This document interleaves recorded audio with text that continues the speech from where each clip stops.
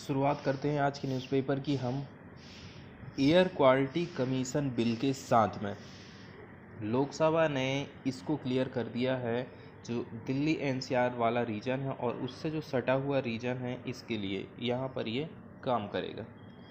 तो लोकसभा ने वेडनेसडे के दिन पास कर दिया है बिल को, ताकि उसको फॉर्मलाइज कर सके, वो कानूनी रूप दे सके किसको, commission for quality management for national capital region and adjoining areas. तो इसमें न केवल दिल्ली शामिल है, दिल्ली से लगा हुआ सटा हुआ जो एरिया है वो एरिया भी इसमें शामिल है।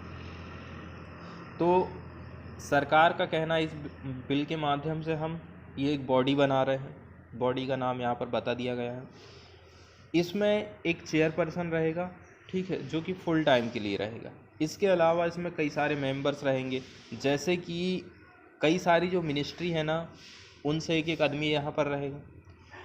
इसमें कुछ एक्सपर्ट भी रहेंगे जो इंडिपेंडेंट रहेंगे, सरकार के अधीन काम नहीं करने वाले व्यक्ति। इसके अलावा फाइनल बात ये है, देखो, evolving policy and issuing direction to address air pollution in Delhi and the adjoining region. कुल मिलाकर के पॉलिसी बनाना है, डायरेक्शन देना है सरकार को कि हम दिल्ली रीजन में पॉल्यूशन को कैसे कम कर सकते हैं, यही इसका मेन उद्देश्य है। इसके अलावा यदि हम कुछ और बातों का यहाँ पर उल्लेख करें तो सेंट्रल गवर्नमेंट का कहना है, ये जो ऑर्गेनाइजेशन है ये रहेगा एकदम परमानेंट बॉडी, ताकि पॉल्यूशन को एड्रेस किया जा सके दिल्ली कैपिटल रीजन में। इसके साथ साथ में ये भी एड्रेस किया जा सके sources of pollution in the Delhi. Pollution का जो सोर्स कहाँ से आ रहा है उसका निपटारा कैसे किया जा सके, ये काम भी यही करेगा।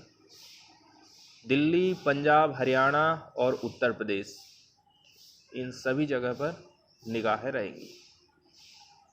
The all-powerful body assumes several power to coordinate action among states. Levy fines ranging up to 1 crore से लेकर के, ठीक है, या फिर 5 years की जेल होगी टू एड्रेस एयर पॉल्यूशन। इतना इसमें जुर्माना और जेल का प्रावधान किया गया है। सेंट्रल पॉल्यूशन कंट्रोल बोर्ड और इसकी जो स्टेट की जो ब्रांचेस होती हैं, इनके पास पावर है ताकि जो भी प्रोविज़न किए गए हैं उनको इम्प्लीमेंटेशन किया जा सके। हमारे पर्यावरण को बचाने के लिए जो एक्ट बनाया गया है, environment protection act for air, water and land pollution in case of dispute या फिर क्लैश ऑफ जुरिडिक्शंस। तो कमीशन का जो रिट है ना, ये प्रिवेल करेगा specific to matters concerning air pollution. इसके बाद वाली जो न्यूज़ है वो है धान की पराली को जलाने से रिलेटेड।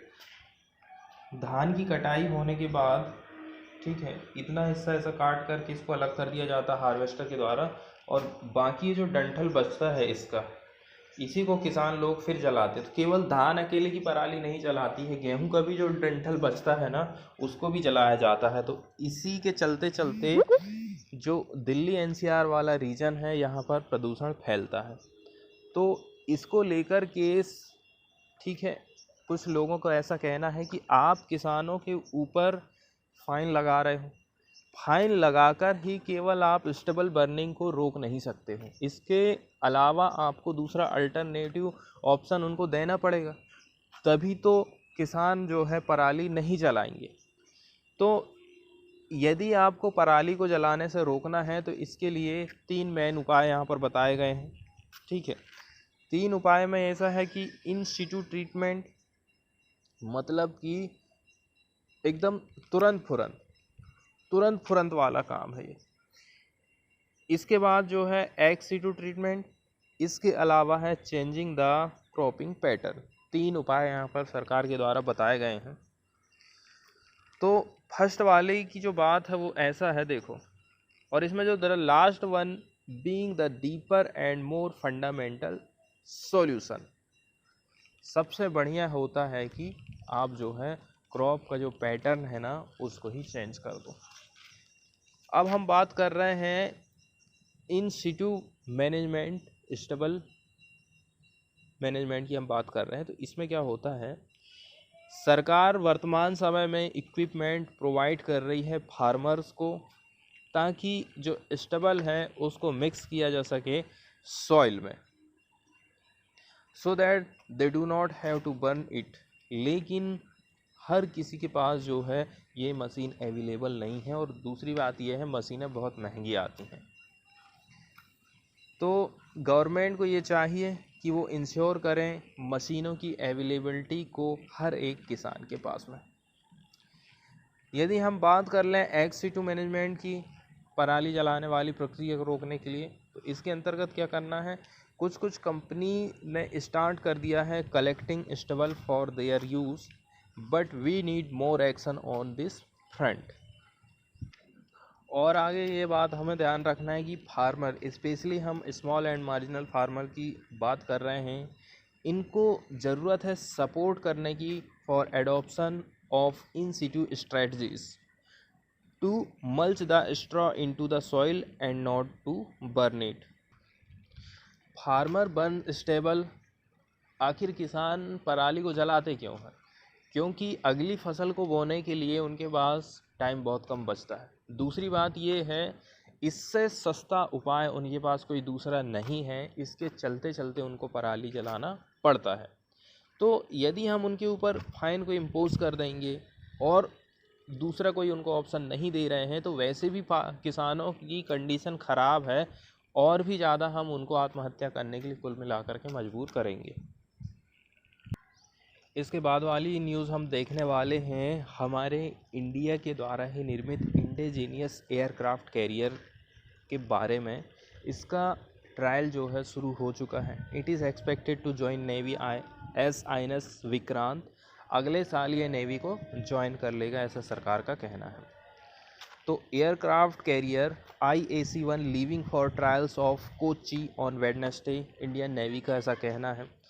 तो कई दिनों से जिसका इंतज़ार होता था, sea trials of the country's made in indigenous aircraft carrier IAC-1, इसको बिल्ड किया गया है पब्लिक सेक्टर वाली कंपनी कोचिन शिपयार्ड लिमिटेड के द्वारा, CSL के द्वारा। इसका ट्रायल वेडनेसडे को चालू हो गया। यदि हम इसके वज़न की बात करें तो 40,000 टन बेहेमोथ हुज कील लेइंग का जो काम है 2009 में हो गया था, is expected to join the Navy as INS Vikrant late next year। इसमें एक वर्ड यूज़ किया गया है कील लेइंग। लेइंग द कील और laying down is the formal recognition of the start of A ships construction. इसका मतलब होता है कि यहाँ से आपने उसके कंस्ट्रक्शन का काम चालू कर दिया था। It is often marked with A ceremony attended by dignitaries from the shipbuilding company and ultimate owner of the ship।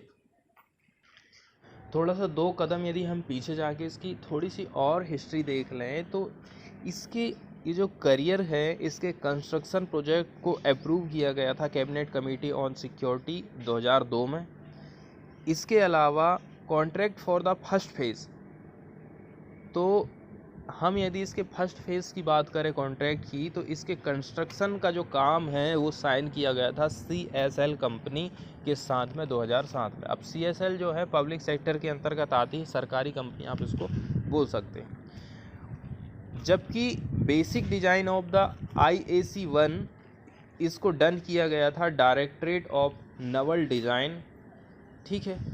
इसके अलावा the detailed engineering, construction and system integration were done by the CSL। The project cost nearly 20,000 crore. हमने इसकी कीमत को भी देख लिए हैं। अब हम देखते हैं कि विदेश की सहायता इसमें कितनी ली गई है। तो इटालियन फर्म फिनसेंटरी इसने हेल्प करी है डिज़ाइनिंग एंड सिस्टम इंटीग्रेशन में। इसके अलावा रसिया ने हेल्प किया है डेवलपिंग द एविएशन कॉम्प्लेक्स, ठीक है। विमान चालन से रिलेटेड जो कॉम्प्लेक्स रहता है उसके लिए रसियन कंपनी ने या फिर रसिया ने हेल्प किया। लेकिन the project gave a boost to indigenisation, जैसे कि starting from the development of the warship grid steel से फॉर द शिप्स का जो पतवार है, हॉल है, कंस्ट्रक्शन से लेकर के to the development of a large ancillary industry ecosystem. अब हम इसकी और भी डिटेल देख रहे हैं। The IAC is equipped with numbers high and technology इसमें हमें देखने को मिलती हैं, जिसमें इंक्लूडिंग है network centric distribution data processing, इसके अलावा कंट्रोल सिस्टम है and state of the art weapon such as Barak LRSAM, मतलब लॉन्ग रेंज सरफेस से लेकर के एयर मिसाइल एंड सेंसर इसमें लगे हुए। ये कैरी कर सकता है 30 एसॉर्टेड एयरक्राफ्ट को, जिसमें शामिल है aircraft jet, helicopter, is capable of a top speed of 28 knots and a cruising speed of 18 knot with an endurance of 7500 nautical miles. ये ship which is 262 metre long has over 2300 compartment and is designed to have a complement of about 1700 people with specialized cabin to accommodate women officers। इसके बाद वाली जो news है वो राज्यसभा से है। In about 1 hour Rajya Sabha passes 3 bills, row over Pegasus formulas continue. लोग opposition वाले पेगासस, स्पाईवेयर और फार्मूला को इधर कंटिन्यू बिल्कुल हल्ला गुल्ला मचा ही रहे हैं, विरोध कर ही रहे हैं। इसके साथ साथ में इधर आप देखते जा रहे हैं दूसरी तरफ से 1 घंटे में राज्यसभा ने 3 बिल को पास करा दिया। उन बिल के बारे में हम थोड़ी थोड़ी जानकारी देख लेते हैं। जैसे कि पहला जो बिल है the limited liability partnership amendment bill 2021, ठीक है, जो इनकरेज करता है स्टार्टअप इकोसिस्टम को।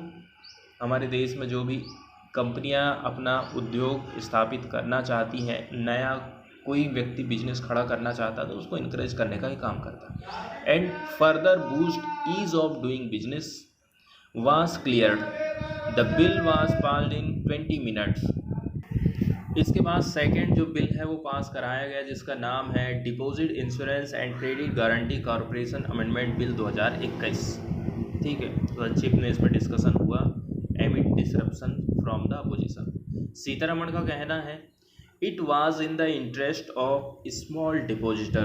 तो छोटे छोटे बचत करते हैं लोग और अपनी बचत को सेव कर देते हैं बैंक में, तो इनको सुरक्षा प्रोवाइड करेगा, ऐसा सीतारमण का कहना है। इसके बाद जो है वो है airport economic regulatory authority amendment bill 2021 है, ठीक है, जो ये बताता है कि मेजर एयरपोर्ट का आखिर मतलब क्या होगा। And allow the government to club together smaller airport. तो जो छोटे छोटे एयरपोर्ट हैं उनको अब क्लब करके रखा जाएगा, मर्ज करके रखा जाएगा। Civil aviation minister Jyotiraj Scindia का कहना है the bill would include airports in smaller cities. इसके अलावा छोटे छोटे शहर हैं ना, उनमें भी एयरपोर्ट अब रहेंगे। इसके बाद वाली न्यूज़ हम देखने वाले हैं फास्ट ट्रैक स्पेशल कोर्ट से रिलेटेड, ठीक है। तो सरकार ने इसके लिए नोट दे दी, मतलब सहमति दे दी है कि ये जो है कंटिन्यू चलते रहेंगे। इसमें इन्वॉल्व किया गया है व्यय 1572.86 करोड़ रुपये का, 1572.86 करोड़ रुपये इसमें व्यय किया जाएगा। तो कैबिनेट ऑन वेडनेसडे इसने अप्रूव किया है continuation of 1023 fast track special court को फॉर एनदर 2 ईयर्स, आने वाले 2 साल के लिए। इसकी कीमत या फिर व्यय बताया जा रहा है कितना रुपये इसमें खर्च होगा, 1572.86 करोड़। इसमें केंद्र सरकार का share of 971.7 crore will come from the Nirbhaya fund. इतना केंद्र सरकार रुपया लगा रही तो वो आएगा निर्भया फंड से। Since October 2019 the department of justice of the ministry of law and justice, ठीक है, ये इम्प्लीमेंटिंग कर रहा है the centrally sponsored scheme for expeditious trials इनके लिए। इसके साथ साथ में disposal of pending cases of rape और offences against children under the POCSO 2012 act. थोड़ी जानकारी हम पॉक्सो एक्ट के बारे में देख लेते हैं। तो पॉक्सो एक्ट का पूरा नाम है the protection of children from sexual offences act. ठीक है, protection of children from sexual offences act है। पॉक्सो एक्ट 2012 को बच्चों के प्रति जो यौन उत्पीड़न हो रहा है, यौन शोषण हो रहा है, उनकी पॉर्न फिल्में बनाई जाती, पोर्नोग्राफी की जाती, जैसे जो जघन्य अपराध हैं, इनको रोकने के लिए महिला और बाल विकास मंत्रालय इसको लेके आया था। वर्ष 2012 में इस कानून को बनाया गया था। अलग अलग अपराध के लिए अलग अलग किस्म की सज़ा का इसमें प्रावधान किया गया है। ठीक है, अब देखो 12 साल तक की बच्ची से रेप के दोषियों को मौत की सज़ा का इसमें प्रावधान किया गया है। सरकार की ओर से रखे गए इस प्रस्ताव को केंद्रीय कैबिनेट की मंजूरी 2018 में मिल गई थी। अब सरकार इसके लिए, अब आप ये समझ लीजिए, कानून बन चुका है। पॉक्सो अधिनियम की धारा 7 और 8 में ऐसे मामले आते हैं जिनमें बच्चों के जो प्राइवेट पार्ट्स रहते हैं उनके साथ छेड़छाड़ होती है। इस धारा के आरोपियों पर दोष यदि सिद्ध होता है तो 5 से लेकर के 7 साल तक की सजा रहेगी और जुर्माना होएगा।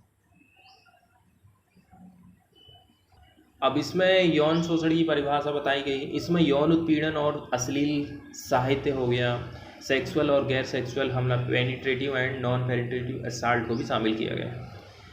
अब ये जो एक्ट बनाया गया है तो भारतीय दंड संहिता 1860 का कहती है यदि आप सहमति से कर रहे हैं तब जो एज है ना गर्ल्स की वो 16 से लेकर के 18 वर्ष कर दिया गया।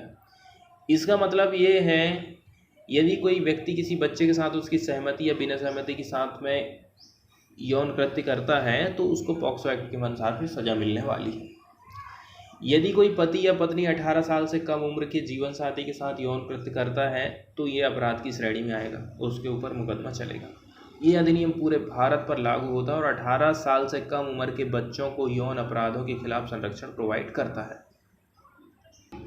यहीं पर एक चीज़ काफ़ी विरोध हो रही है कि मान के चलो 18 साल से कम उम्र के बच्चे हैं, आपस में सहमति से यदि संबंध बनाते हैं तो ये भी एक प्रकार से अपराध माना जाएगा। तो इसका बहुत ज़्यादा विरोध हो रहा था।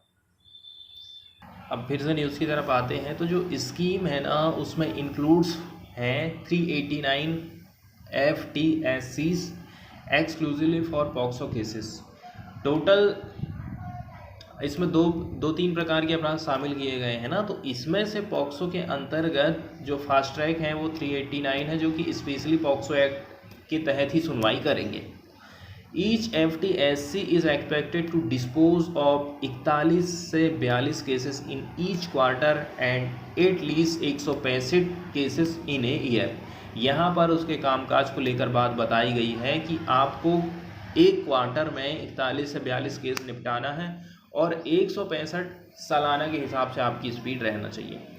Eight the time the scheme was launched the government had set a target of disposing of 1,66,882 cases of rape and POCSO act cases pending trial in various courts. तो उन्होंने टोटल कहा था कि इतने केसों का हमको निपटारा करना है रेप के, और जो पॉक्सो एक्ट के केसेस हैं जो कि पेंडिंग हैं। अब हम अर्लियर दिस ईयर की बात कर रहे हैं। A parliamentary panel on home affair, इसने ये बात बताई केवल 597 fast track court out of the total 1023 had been set up in the country. 1023 की बात कही गई थी जिसमें से केवल 597 ही फास्ट ट्रैक स्थापित किए गए हैं। And express it's concern at the delay in implementing the scheme.